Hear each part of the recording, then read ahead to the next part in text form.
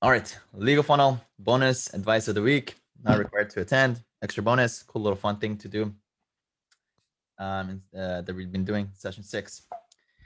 All right, so today let's talk about how to secure a law firm and protect yourself from a bad nightmare. All right, so this is about protecting yourself.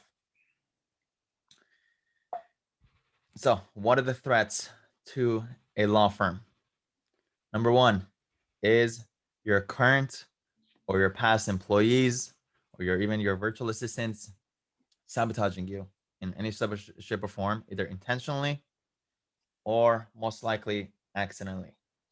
Okay, I've I've yet to, and thank God, knock on wood, I haven't had any VAs turn back on me, and I have probably hired over 150, 200, if not more, VAs that I've recycled around. As long as over time, as long as you give trust to people, people will give you trust back. So share with the guys again, Philippines.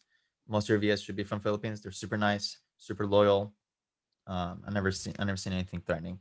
There are some certain countries where there are maybe like the men from those countries could be a little bit more, you know, risky. So just be mindful of those people. But for the most part, it's going to be accidentally, I would say.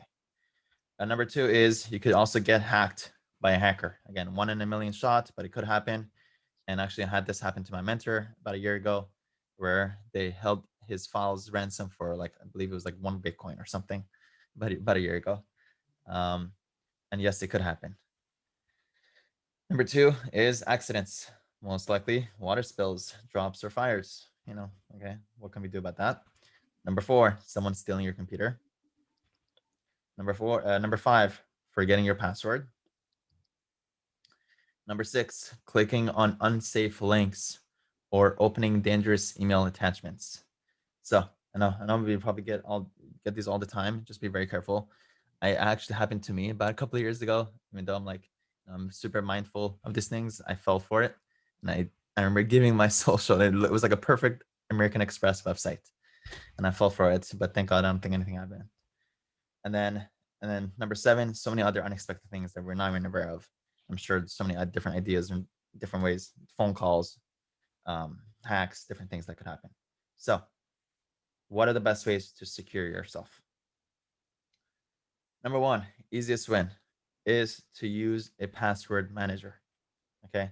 You guys, everybody should have a password manager. It will make your life easier. There's a bunch of different password managers. It doesn't matter which one you use. The one that I use is LastPass. It's very simple. It basically stores all your own passwords. That's like the main first benefit, and also second benefit is it allows you to share passwords with your virtual assistants, your employees, or whoever, without giving them the actual password. The way that it works is they create a LastPass account, and you have an LastPass account, and then once you go into LastPass, you add their email address, their LastPass email address, to say, hey, share with this person. They'll get a notification, I believe an email, that says, hey, you've been invited to get access to this password. They have to approve it. And once they approve it, and if they have LastPass Chrome extension installed on their computer, then when they go to that login page, then they'll be able to just select your login and your password to be able to just log in without seeing the actual password. Okay, that's how you have to share a password. Second benefit is it allows you to avoid using the same password for different websites. I'm sure most of us, you know, fall for this. We don't want to remember too many different passwords. That's not ideal.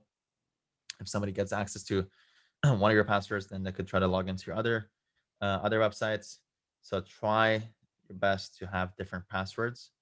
If you have this password manager, then be able to, again, you don't have to worry about remembering your passwords to be able to kind of create more secure passwords. So use LastPass, easy win. Do this today. Set this up today for yourselves. Number two is to make sure to double back up your files. We mentioned this, believe in module one. We got Backblaze that backs up your entire computer. It's just running on its own in the background. I don't check it. I don't do anything with it. It just does its thing. And then we have one of our legal funnel students who mentioned Backupify, which I wasn't even aware of, which backs up your entire Google workspace, which is your Google Suite, whatever, your entire your Google Drive, everything. It's pretty cool. I signed up for it. It's great. I don't have to never worry about anything with my Gmail or Google anymore. So backup if I make a whatever it is, and then also there's physical if you have an external hard drive. I have it right here.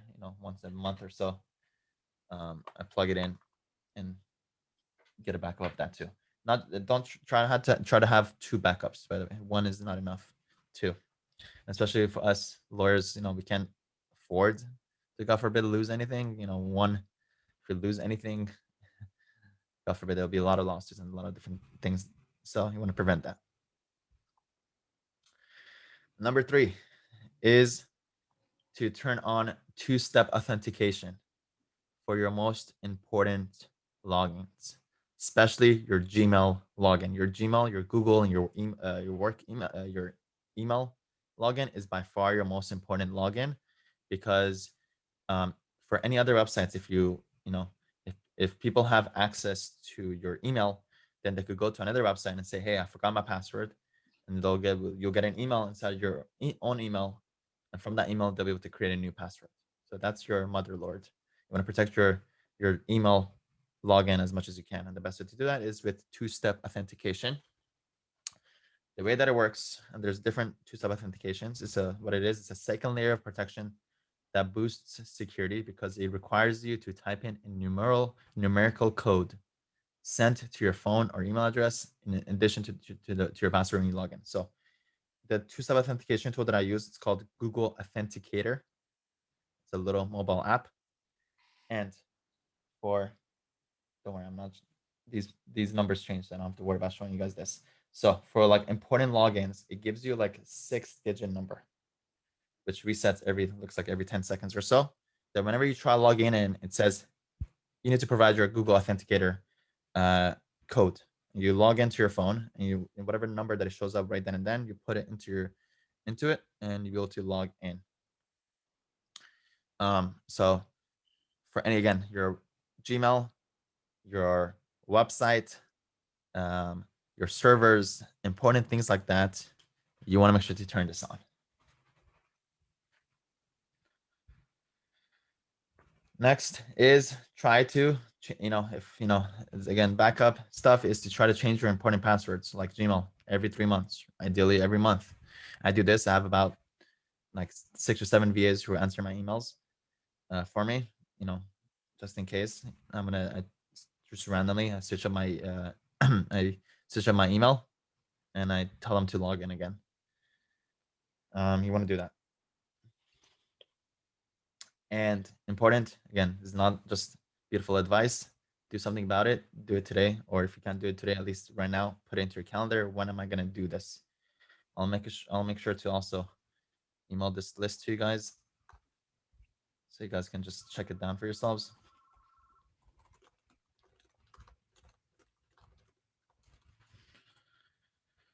All right. So yeah, we don't want any nightmares, so please do those.